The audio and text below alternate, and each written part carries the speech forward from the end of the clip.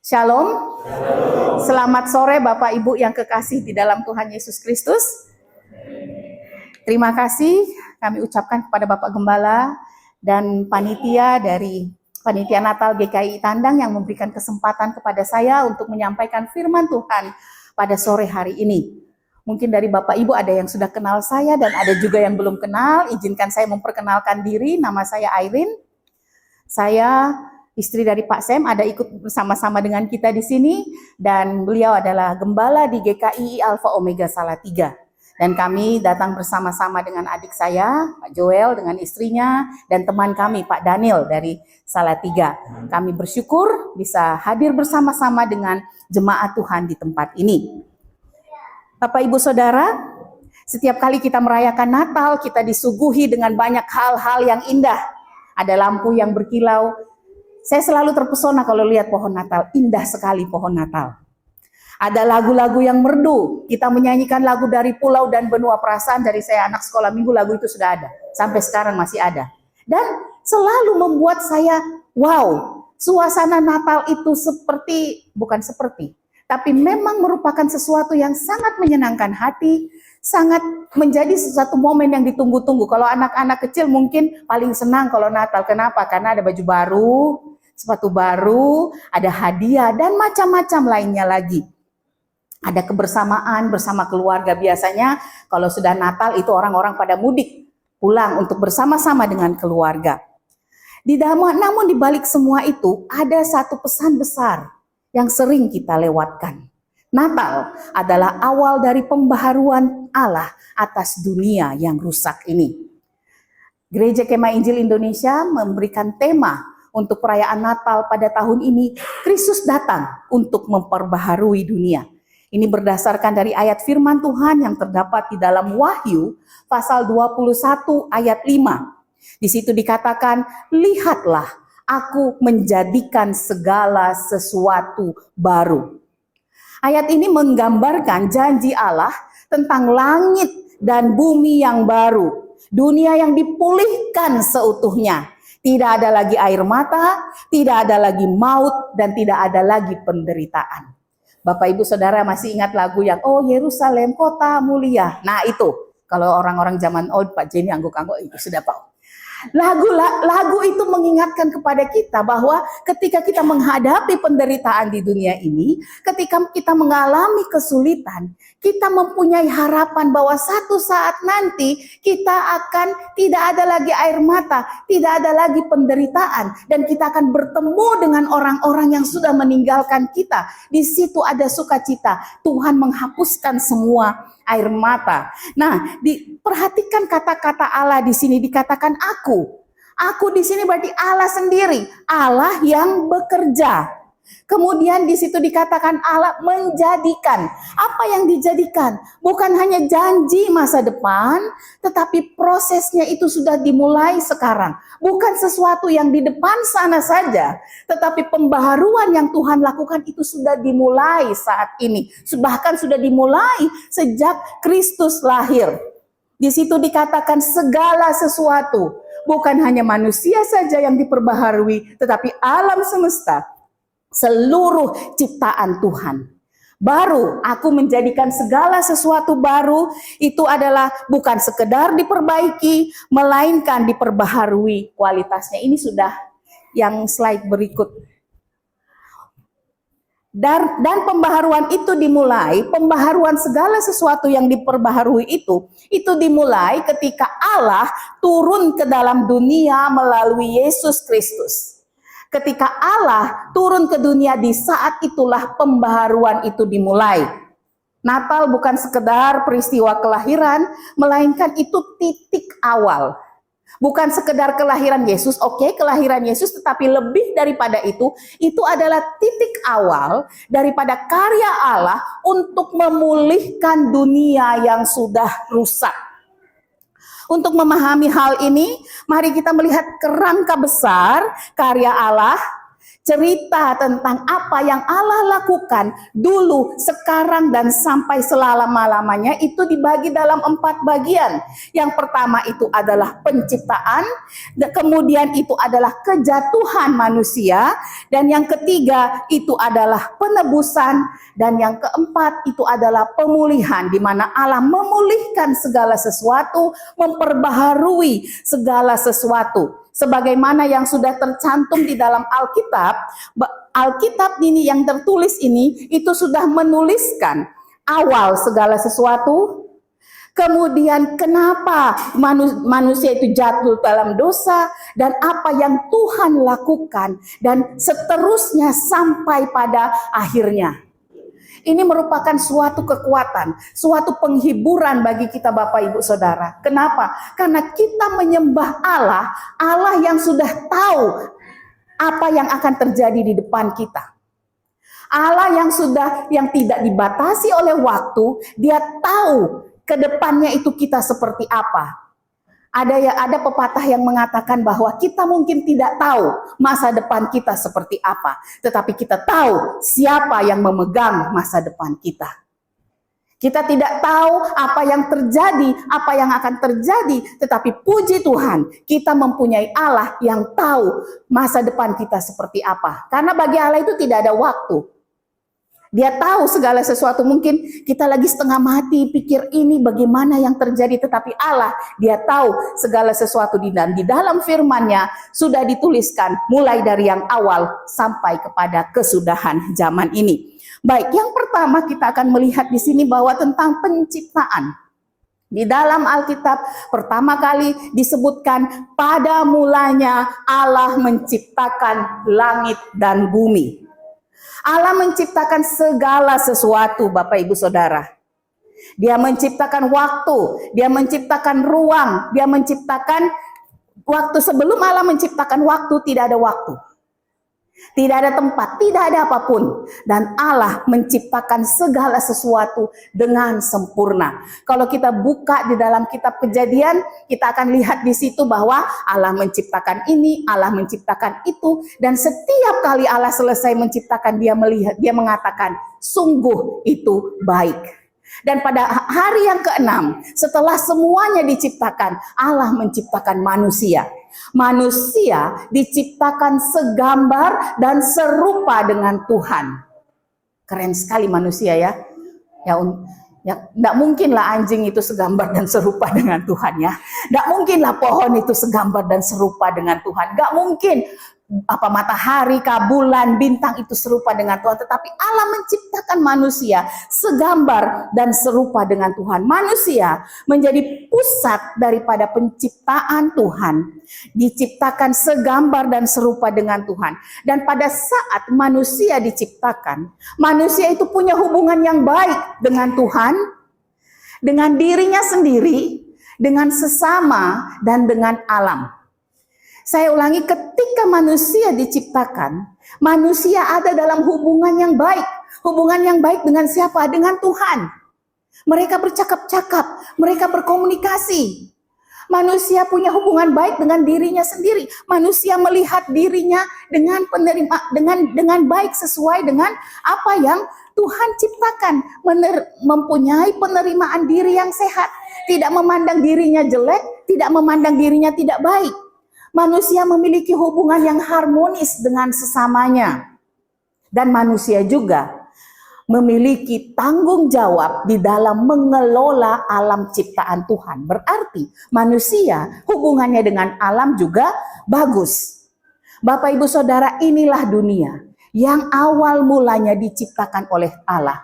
Penuh kasih, harmoni, dan sukacita. Tapi apa yang terjadi? Kita sudah tahu sendiri kan?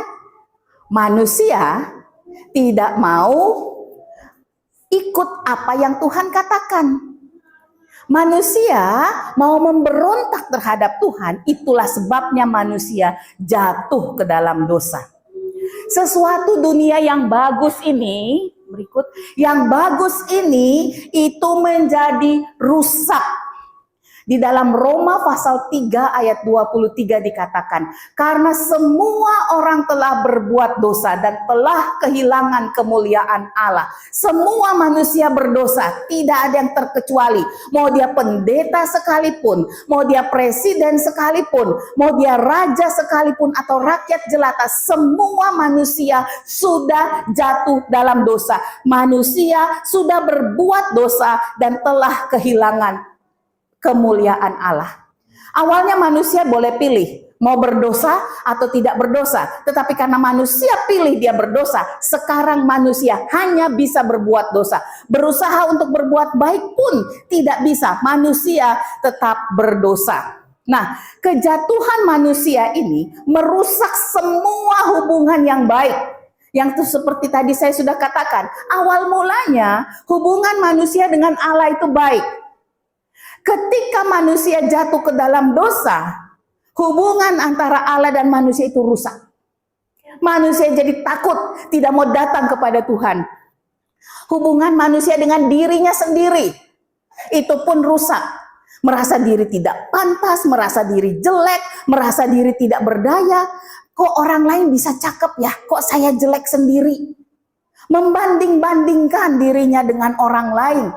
Manusia merasa dirinya saya manusia yang paling jelek, paling tidak layak. Hubungan dengan sesama. Manusia itu timbul ketidakadilan, timbul egoisme mementingkan diri sendiri dan timbul kekerasan. Manusia saling berantem. Hanya perkara makanan saja mungkin berantemnya baku bunuh orang bilang, kalau orang timur bilang. Saya sudah di sini, jangan ke sini lagi, kau pergi. Seperti itu rusak hubungan dengan sesama. Manusia juga rusak hubungannya dengan alam semesta. Manusia yang pada awalnya diberikan tugas oleh Allah untuk memelihara bumi, manusia malah mengeksploitasi, merusak alam. Hutan-hutan semua ditebang, dijadikan sawit.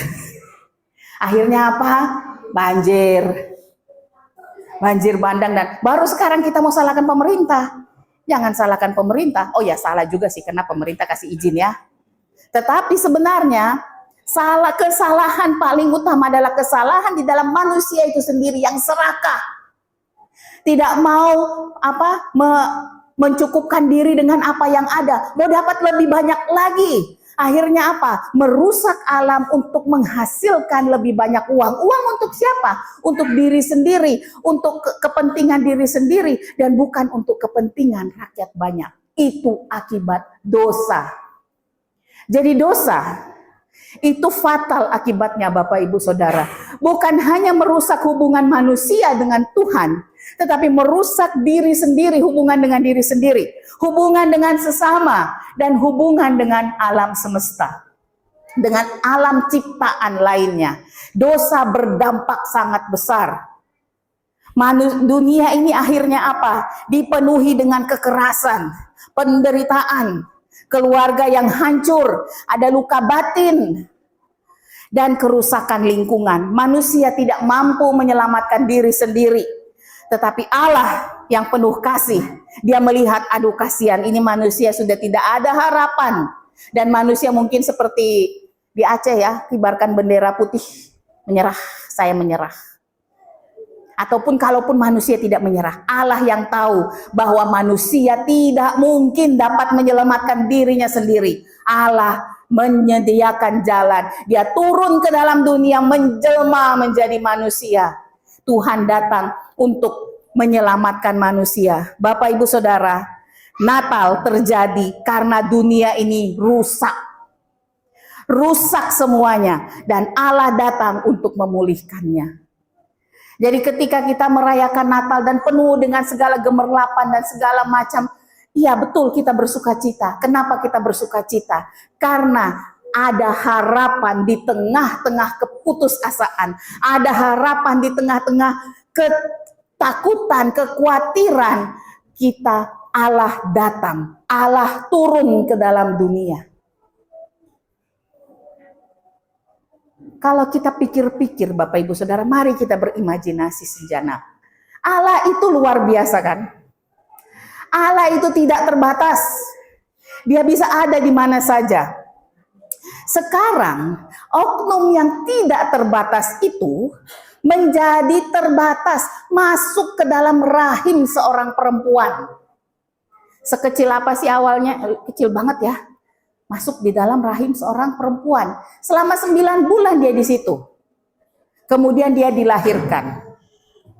Betapa Tuhan Yesus, Allah yang menjelma menjadi manusia itu betul-betul merendahkan dirinya, menanggalkan semua kealahannya untuk turun ke dalam dunia, masuk ke dalam dunia ciptaannya. Kenapa?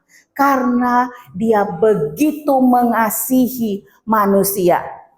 Bagian yang ketiga itu adalah penebusan. Yohanes pasal 3 ayat 16 berkata, karena begitu besar kasih Allah akan dunia ini, sehingga ia telah mengaruniakan anaknya, supaya setiap orang yang percaya kepadanya tidak binasa, melainkan beroleh hidup yang kekal.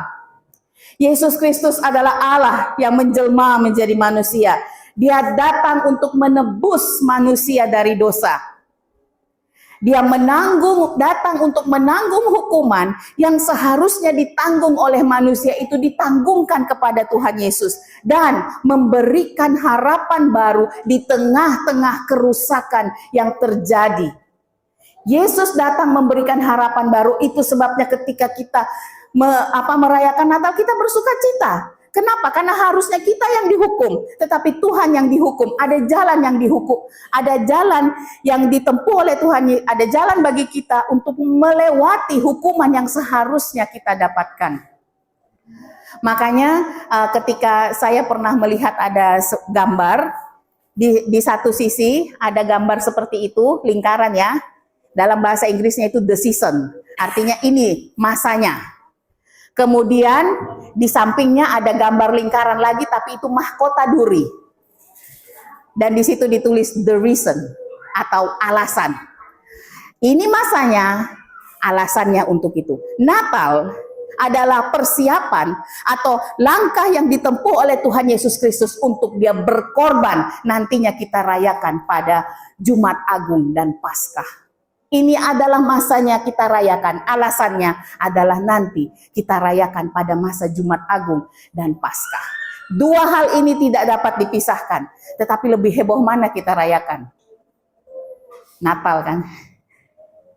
Puncak Natal ini awalnya, puncaknya ada pada Paskah itu. Yesus Kristus, Allah yang menjelma menjadi manusia. Dia datang untuk menebus manusia, menyelamatkan manusia. Makanya Yesus disebutkan sebagai Mesias. Dan ketika di dalam Matius pasal 1, ketika Yusuf masih mempertimbangkan untuk mengambil Maria sebagai istrinya, malaikat Tuhan datang kepadanya dan katakan, jangan ragu untuk mengambil Maria sebagai istrimu. Karena anak yang dikandungnya itu adalah, engkau akan menamakan dia Yesus, karena dialah yang akan menyelamatkan umatnya dari dosa. Dalam pelayanan yang Tuhan Yesus lakukan selama dia ada di dunia ini, Yesus menunjukkan pembaruan itu. Dia menyembuhkan yang sakit, dia mengampuni yang berdosa, dia memulihkan yang tersisih, dia menguatkan yang lemah, memberi harapan bagi mereka yang putus asa. Puncak daripada kedatangan Yesus, penebusan yang Yesus lakukan adalah salib dan kebangkitan. Melalui karya Kristus, Allah mulai menjadikan segala sesuatu baru. Ia tidak hanya memperbaiki hidup manusia, tetapi mengubahnya, memberikan hati yang baru, pikiran yang baru, dan arah hidup yang baru melalui penebusan yang Kristus lakukan. Yang keempat, itu adalah pemulihan. Di dalam Wahyu pasal 21 ayat 5, ini adalah puncak rencana Allah. Apa yang dimulai di Bethlehem akan disempurnakan saat Kristus datang kembali. Di dalam ayat ini dikatakan, lihatlah aku menjadikan segala sesuatu baru. Kenapa dijadikan segala sesuatu baru? Karena awalnya itu rusak oleh dosa. Dan tidak berhenti sampai di situ saja. Allah mau memperbaharuinya. Ada 3 tahap pembaharuan yang dilakukan, yang terjadi dalam hal ini. Yang pertama itu adalah pada saat Natal. Itu dimulai pada saat dengan kelahiran Kristus. Kemudian tahap besar pembaruan itu adalah gereja. Gereja dipanggil untuk menjadi terang dan garam dunia. Kita sudah menerima anugerah keselamatan itu. Kita sudah menerima jalan keluar dari dosa yang perbudakan dosa itu. Nah, sekarang mari kita memberitakan itu kepada orang lain. Mari melalui hidup kita orang melihat bahwa oke, kok dia bisa tenang banget ya. Ada masalah, ada yang terjadi ini dan itu, tetapi dia bisa tetap tenang. Kenapa seperti itu? Itu karena dia adalah anak Tuhan. Dia sudah menerima Kristus dan dia sudah diperbaharui hatinya sehingga dia menjadi berkat untuk orang-orang di sekitar dia. Dan tahap yang ketiga ini adalah kedatangan Kristus yang kedua kalinya. Di situ adalah penyempurnaan dari pembaharuan ini. Tidak ada lagi air mata, tidak ada lagi penderitaan atau kematian. Pada saat ini memang betul kita kita sudah terima Kristus, tapi kita masih mengalami penderitaan kan? Kita masih mengalami sakit, kita masih mengalami kesedihan ditinggalkan oleh orang yang kita kasihi, kita masih mengalami itu. Tetapi satu saat nanti ketika Kristus datang kembali, dia akan menghapuskan semua air mata. Itulah pembaharuan yang sempurna.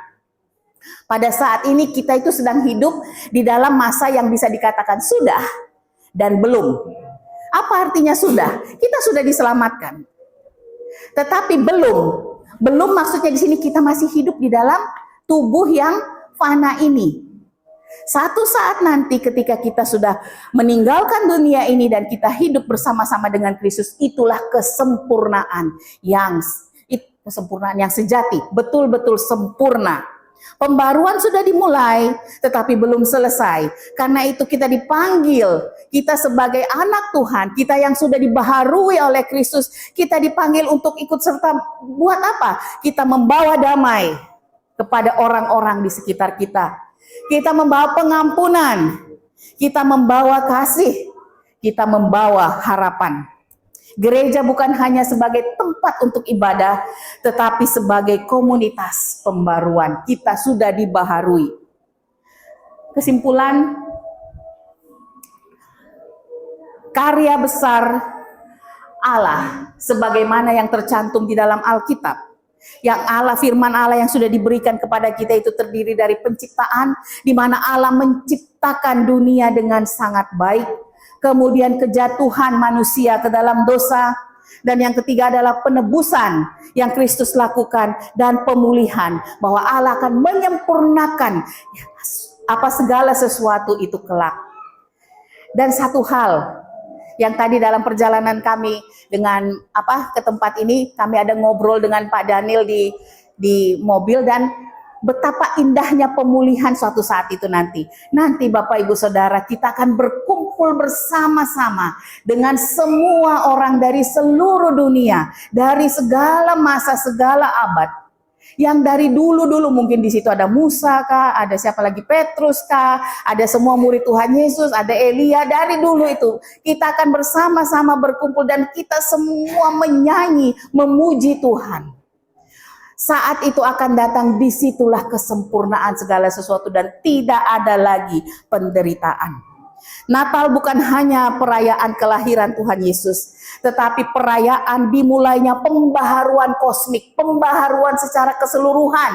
Bukan hanya hidup manusia, tetapi hidup seluruh alam ciptaan Tuhan.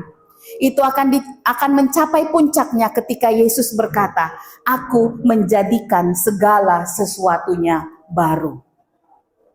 Setelah kita mengetahui semuanya ini Bapak Ibu Saudara, terus sekarang bagaimana? Yang pertama dalam hal hubungan dengan Allah. Lagi-lagi turunkan. Belum selesai, masih sedikit lagi. Yang pertama dalam hubungannya dengan Tuhan. Dulu dosa membuat kita jauh dari Tuhan, memisahkan kita daripada Tuhan. Sekarang Kristus datang. Melalui kedatangan Kristus, melalui pengorbanan yang dilakukan oleh Kristus, kita bisa bersama-sama lagi dengan Kristus. Terus apa yang harus kita lakukan? Mari kita luangkan waktu setiap hari untuk bukan hanya pada hari Minggu saja, tetapi kita luangkan waktu kita untuk kita berdoa, untuk kita membaca firman Tuhan, berdoa sebelum bekerja atau belajar atau mengucap syukur atas hal-hal kecil yang Tuhan lakukan. Belajar untuk melihat puji Tuhan. Terima kasih saya pagi ini masih bangun dengan baik. Terima kasih Tuhan untuk nafas kehidupan yang Engkau berikan kepada saya. Terima kasih untuk kesehatan.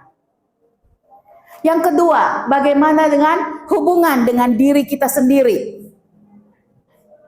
Dulu mungkin kita rasa rendah diri, sombong, merasa diri kecil, atau sebaliknya merasa diri kita hebat. Sekarang Kristus sudah memberikan kita identitas yang baru sebagai anak Allah. Apa yang langkah praktis yang kita lakukan apa? Mari kita belajar menerima diri kita apa adanya. Tidak membandingkan diri kita dengan orang lain di medsos. Kita ingat bahwa kita berharga karena Kristus, bukan karena pencapaian dunia. Yang berikut dalam menyangkut hubungan kita dengan sesama. Dulu dosa membuat manusia itu egois, merugikan orang lain. Sekarang Kristus memanggil kita untuk mari kita saling mengasihi. Mulai dari hal yang kecil, kalau salah, minta maaf. Mengampuni walaupun sulit. Nah, ini yang paling susah ya Bapak Ibu Saudara. Tetapi kita harus buat. Menolong tetangga yang kesusahan atau menyapa teman kerja dengan ramah. Dalam hubungannya dengan alam. Dulu mungkin karena kita rusak kejatuhan itu, kita mengeksploitasi alam tanpa peduli. Sekarang Kristus memulihkan kita untuk menjadi pengelola ciptaan. Langkah praktisnya apa? Jangan buang sampah sembarangan ya Bapak Ibu Saudara. Jangan jadikan kita punya kota Semarang ini sebagai tempat sampah yang paling besar. Apa-apa langsung buang aja. Buanglah sampah pada tempatnya. Lebih bagusnya lagi kalau kita pisahkan yang organik dan anorganik. Hemat listrik dan air. Ikut menjaga lingkungan sekitar. Itu bagian dari panggilan iman. Bukan hanya hal rohani saja Bapak Ibu Saudara, tetapi dalam hal kita memelihara alam. Ciptaan Tuhan itu adalah bagian dari Kristus memperbaharui dunia. Bagaimana dengan kita hidup di tengah yang sudah atau belum? Sudah Kristus lahir, mati, bangkit, pembaharuan sudah dimulai. Yang belum, kesempurnaan yang kita masih dengan tubuh yang sempurna itu baru akan kita miliki ketika Kristus kembali. Langkah praktis yang bisa kita lakukan apa? Mari kita tetap setia dan berharap. Meski hidup penuh tantangan, misalnya ketika kita menghadapi sakit, ketika kita menghadapi masalah keluarga atau kesulitan ekonomi, kita percaya bahwa Allah sedang bekerja memperbaharui. Dan kita ingat, Immanuel, Allah menyertai kita. Dalam keadaan apapun, dalam situasi apapun, kita yakin dan percaya bahwa Allah ada beserta, bersama-sama dengan kita. Betapa berat pun apapun yang kita alami, selalu ingat bahwa kita tidak sendirian. Ada Tuhan bersama-sama dengan kita. Singkatnya, kita dekat dengan Allah melalui doa. Kita terima diri kita sebagai anak Allah. Kita mengasihi sesama kita dalam tindakan yang nyata. Dan mari kita menjaga alam ciptaan Allah. Dan kita hidup dengan pengharapan, berharap penuh kepada Tuhan. Bahwa kita akan, satu saat nanti kita akan melewati. Kan ada yang istilah Jawa katakan, urip dunia mampir ngombe, numpang minum, numpang minum saja kan di dunia ini, ngombe ya, itu sudah, ya mampir itu saja. Tapi tujuan kita ada bersama-sama dengan Kristus, ada pengharapan di dalam Kristus. Itu yang membuat kita untuk kita bilang, kesusahan di dunia ini kecil saja. Berapa lama sih di dunia? 60 tahun, 70 tahun, kecil saja, sebentar saja, tapi nanti bersama-sama dengan Tuhan selama-lamanya. Bapak Ibu Saudara yang kekasih, mari kita sambut Kristus, bukan hanya sebagai bayi yang lahir di palungan. Kristus sudah lahir kira-kira 2000 tahun yang lampau. Kita hanya memperingati kelahirannya. Mari kita menyambut dia sebagai Raja yang memperbaharui hidup kita. Izinkan dia memperbaharui hati kita, memperbaharui keluarga kita, memperbaharui relasi kita, dan memperbaharui masa depan kita. Dan mari kita menjadi umat Tuhan yang menghadirkan pembaruan Allah di bumi ini. Selamat Hari Natal, kiranya Tuhan memberkati kita semua. Mari kita berdoa.